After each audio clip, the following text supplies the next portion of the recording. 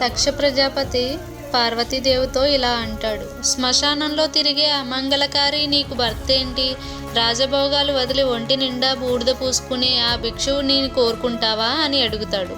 అప్పుడు సతీదేవి నవ్వుతూ చెప్తుంది: నాన్నగారు, మీరు చూసేది ఆయన బాహ్య రూపం, కానీ నేను చూసేది ఆయన అనంతమైన శివతత్వం. ఇక్కడే మనం శివుడి బాహ్య రూపంలో దాగిన శివతత్వాన్ని తెలుసుకోవాలి అని ఇలా వివరిస్తుంది. ఒంటి నిండా భస్మం, ఏదో ఒక రోజు ఈ దేహం బూడిదని గుర్తు చేసే వైరాగ్యం. మూడో కన్ను లోకాన్ని కాదు, మనలో ఉన్న సత్యాన్ని చూడగలగాలి.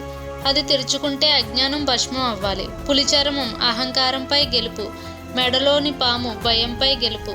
త్రిశూలం సత్వ రజ తమో గుణాలను నియంత్రించడం. చంద్రుడు పరిస్థితులు మారినా మనస్సు నిశ్చలంగా ఉండాలని తెలియజేస్తుంది. ఈ గుణాలను మీరు ఆయనలో చూసిన రోజు ఆయన త్యాగగుణం మీకు అర్థమవుతుంది అని చెప్తుంది.